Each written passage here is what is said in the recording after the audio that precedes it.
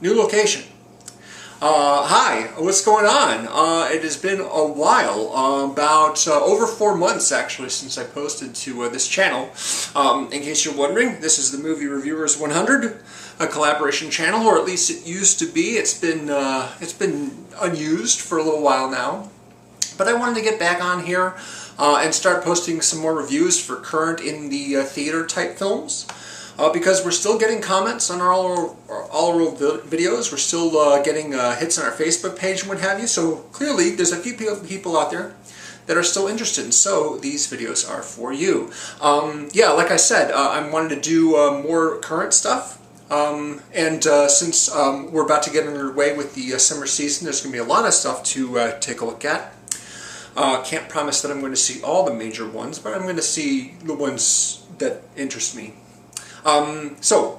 Anyway, I'm doing videos on Tuesdays now, because of my work schedule. Al, Big Al 1982, who started this channel, he had everyone on their own particular day, but, you know, it's been kind of empty, so I said, hey, Al, how about I switch to Tuesdays, because, you know, I have, like, Tuesdays and Mondays off, and it's the perfect time to make a video and post it. It's like, yeah, sure, so here I am. And the video that I went to see just this last weekend was, of course, The Circle. The Circle is a movie that was directed by James Ponsoldt, who did The End of the Tour with Jesse Eisenberg and Jason Segel. Very, very good film. Great performance by Jason Segel. And he did The Spectacular Now with Miles Teller and Shailene Woodley. Not one of the Divergent movies. It's a little bit different than that. It's a drama. And he did a film called Smash with Mary Elizabeth Winstead. And he's set to do a movie called I Want My MTV, which is about the start of that particular cable network. That's just something that I've read about. I don't know if that's actually going to happen, but it's a possibility. Anyway, I like the guy. He's a good director. The script for this movie he co-wrote with Dave Eggers, who wrote the novel upon which it is based. Emma Watson plays the main character. She gets a job working in basically customer service, or customer experience, as they say, for a company called The Circle, which is basically like, if you combine Apple with Facebook, you'll get The Circle, basically. It's new technology and social media. And it's run by a guy played by Tom Hanks, who is very sort of a Steve Jobs-like character, you know, loves getting up on stage and talking to all his people like they're his family. Patton Oswalt is in the movie as well, as his COO, his right-hand man. John Boyega is in it as well, along with Bill Paxton and Glenne Headley as Emma Watson's parents. Karen Gillan plays a good friend of hers who also works at The Circle and sort of got her the gig. And of course also Ellar Coltrane. Ellar Coltrane, who we watched grow up on camera in Boyhood. He's the main character in Boyhood, and this is like the first film I've seen of him with him in it since then, in which he wasn't playing that character. So the movie basically is about Emma Watson getting this job here and getting kind of drawn into the whole sort of social media lifestyle that everybody in the company sort of is very enthusiastic about, you know. Come participate in the activities, you know. Don't just work here, live here, you know, and do everything that we do here, and then post everything about it on social media, share as much as possible. And, you know, the typical movie character would walk in here kind of going, oh, this is a little bit creepy, how they want me to share every single aspect of my personal life, along with, you know, just the usual stuff. But Emma Watson's character really isn't like that, which is a little strange. I kind of feel like Emma Watson probably did this movie to sort of show why privacy is important, but unfortunately it means that she isn't really convincing as this character. Character is willing to basically pin a small camera to her clothes and share her entire waking life, minus bathroom breaks, with the entire world, and then get commented on it and everything like that. They call it total transparency. And when people at the company propose ideas, she wants to take them a step farther. She's very much enthusiastic about this. She really sort of gets drawn in and even sort of puts some of her colleagues to shame with how much she's willing to share of herself. And there were times I just said, okay, she really wouldn't say something like this. But again, I'm thinking of Emma Watson, the person, not the character that she's playing. So again, maybe that's just my own perception of her, but it's just a little hard to buy into the fact that she wasn't saying, hey, wait a minute, you know, you're talking about my dad's, you know, disease. Her dad has multiple sclerosis. He's like, you know, that has nothing to do with me. You don't have my permission to know any of that stuff, for crying out loud. It's private. to her, nothing really is private, you know, and when people ask her about the kayaking she does and about the other activities she does outside of social media, she's saying there's some people who are not physically able to go kayaking. Now, don't you think that you're depriving them of that experience if you don't share it? Isn't that kind of like stealing from them? And I'm sitting there going, no, it's not. And she's like, yeah, it kind of is. And I'm like, really? She really thinks this? My goodness. Things take a kind of a bad turn. I mean, she's really sort of interested in promoting the technology and getting more and more people involved. When the idea is proposed that people start registering to vote through the Circle, through their social media accounts, she says, hey, why don't we take it a step farther? Why don't we make Circle accounts mandatory for all U.S. citizens so they automatically are registered and they automatically can vote just by logging in, you know? And they're like a utility, like people paying taxes or, you know, getting electricity in their house and things like that, you know, Circle, you know, and the guys who run the company in this meeting hear this and she's like, hey, that's not a bad idea, big dollars for us, right? Of course, they don't say that. Yeah, so again, I had, you know, a little sort of a problem buying into this just because of who is playing the character, you know. I mean, there are a lot of other actresses I could have seen playing this character, but Emma Watson really is very much a private person. She doesn't share a lot, and so it just seems like completely the opposite of her, and I'm not totally convinced. I just wasn't totally convinced of her playing this character, unfortunately. And aside from that, there are a number of other scenes that really just don't work. They're just maybe a little bit too overdramatic. There's a scene in which she basically is talking to people in a boardroom, and she actually stands up at one point to, you know, give this speech, and the music kind of swells and just seems really sort of pushy. I don't know, it didn't quite work for me. Also, Ellar Coltrane. Probably a really nice guy, not the best actor. He's fine for most of the movie, but there's a scene in which he gets mad at Emma Watson and yells at her, and he's just not convincing. Sorry. Yeah, a rare, an unfortunate misstep for the director. Not just, you know, just not that great of a movie overall, I'd say. Some of it was good. I mean, it's not a bad movie, but, you know, some of it was just kind of hard to accept. You know, there's certain scenes that stood out as going, I don't know, this just doesn't seem like a reasonable person would say yes to these things. Anyway, what do I know, right? I'm not a big social media guy in the first place. Anyway, speaking of Bill Paxton, who played her father, he of course passed away very recently. And so I wanted to take a second to talk about a few other people like him that we lost in the movie community. First of all, of course, Carrie Fisher. Carrie Fisher, of course, died in December. And I went to look for some other non-Star Wars movies that she'd been in that I hadn't seen. One was Hannah and Her Sisters, which is a Woody Allen movie. But she has a very, very small part in that. She's only in like 3 scenes. Then I checked out The Birds. Tom Hanks, coincidentally enough. Tom Hanks is in that movie as the main character. Guy living on a suburban street, and he's married to Carrie Fisher, and some neighbors, some new neighbors that they have there in this little corner of their suburban neighborhood tend to be doing some strange stuff, or at least they think they do, and so they investigate.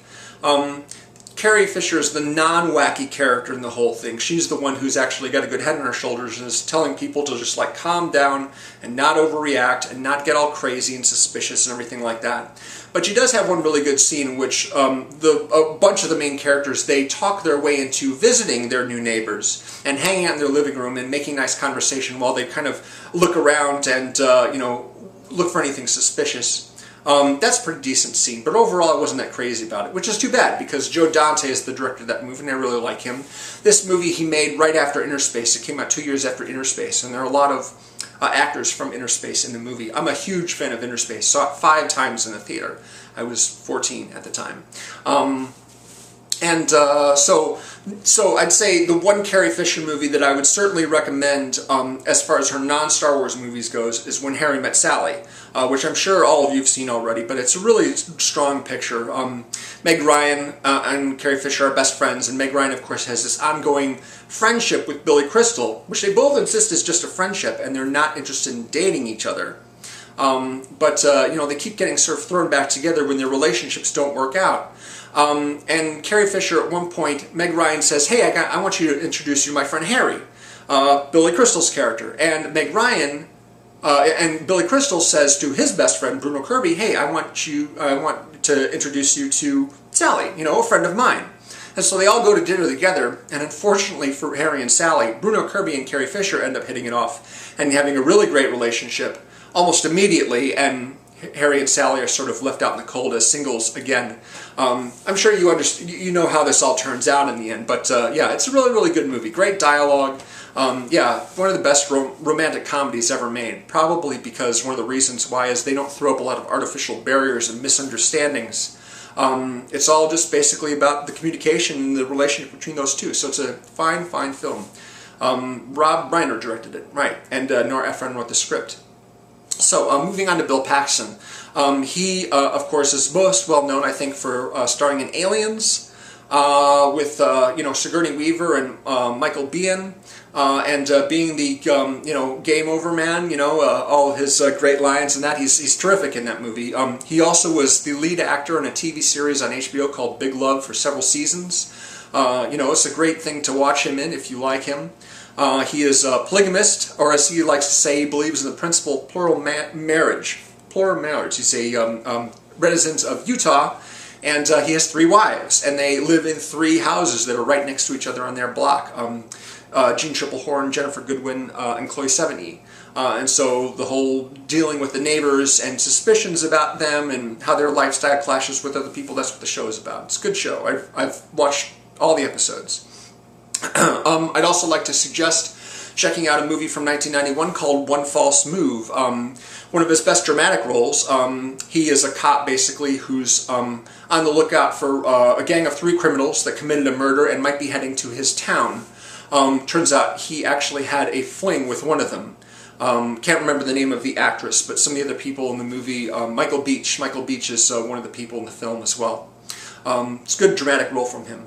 And there was one other one that I wanted to suggest. I thought of it just a moment ago.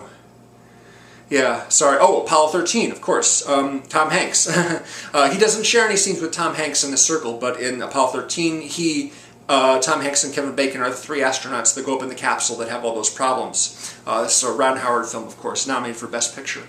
Let's see, who else passed away recently? Oh, John Hurt. John Hurt, of course, is best known for playing Kane in Alien. He gets impregnated by the facehugger, and then he has the thing burst out of his chest. Here's a funny story about that. 87, the same year that Inner Space came out, a movie called Spaceballs came out. And in Spaceballs, there's a scene where the main characters run into John Hurt at a space diner, and he's having lunch with his buddies, and all of a sudden he starts to choke, and then an alien emerges from his chest and starts dancing around and singing, and then scoots off camera. And as the thing comes out of him, he looks at it and goes, "Oh no, not again," and kind of passes out or whatever. And when I saw Alien, of course I was a kid when that movie came out, so when I saw Alien for the first time, I wasn't expecting him to die. For some reason, I thought that an alien bursting out of your chest wouldn't actually kill you. So when they wrap up his body and throw it into space, and Tom Skerritt says, "Anybody want to say anything?" I'm like, wait a minute, he died? But he lived through it in Spaceballs. Why did he die here? Yes, I was just that familiar with human anatomy. Anyway, John Hurt, of course, has been in a lot of stuff. One of my favorite movies that he's been in is V for Vendetta, in which he plays sort of the Hitler-type character who's in charge of the fascist government of England in that movie. He's often seen on a television screen barking at all of his minions about why they're not doing enough and why they're failing over and over again to find the terrorist known as V, who's played by Hugo Weaving in The Mask. Natalie Portman, of course, is in the movie as well as the main character.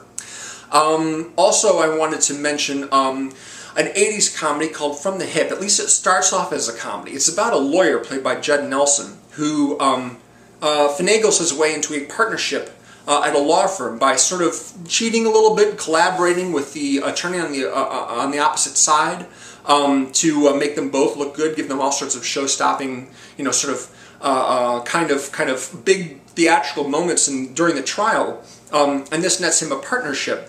And unfortunately he gets a case that he really shouldn't handle, which is a murder case involving a university professor who's played by John Hurt. He's accused of, bashing a woman's head in with a mallet or a hammer or something like that.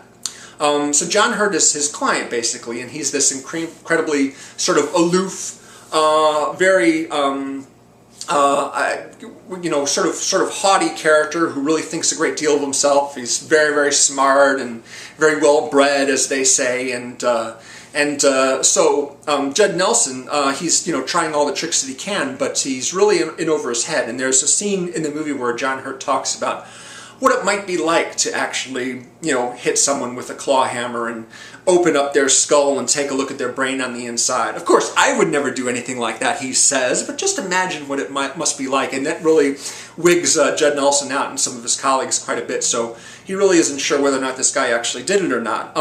It's a comedy most of the time, but it does have this sort of serious scenes, which makes it kind of an odd fit. It was directed by the guy who did Porky's, actually, I think, and A Christmas Story. Same director, Bob Clark, I'm pretty sure. Anyway, it's a movie from, you know, that I've liked for a long time, and I haven't seen it in a few years, but last time I saw it, I just, you know, hey, it's a terrific movie. From the Hip, that's the name of it. One other movie of John Hurt's I want to mention is called In Love and Death on Long Island. He is another teacher, not really, you know, he's sort of an academic of some kind. I'm not sure if he's a teacher, but he's very sort of cloistered and you know, not the kind of guy who goes out partying on Saturday nights. You know, he's just very, very sort of uptight.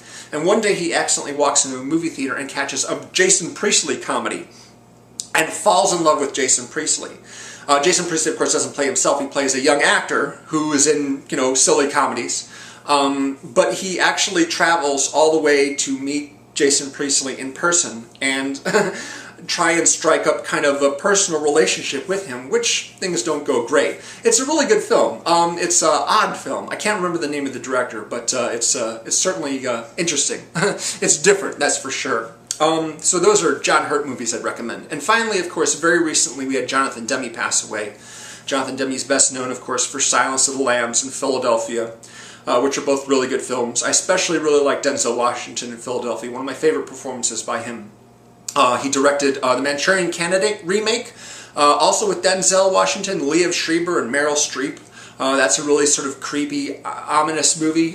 Prior to that, of course, he did the concert documentary, Stop Making Sense, and Something Wild with Jeff Daniels and Melanie Griffith and Ray Liotta. That's a really good film.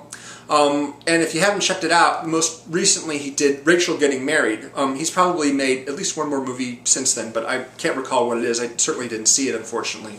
Rachel Getting Married is a drama with Anne Hathaway. She's a drug addict. She's trying to stay sober.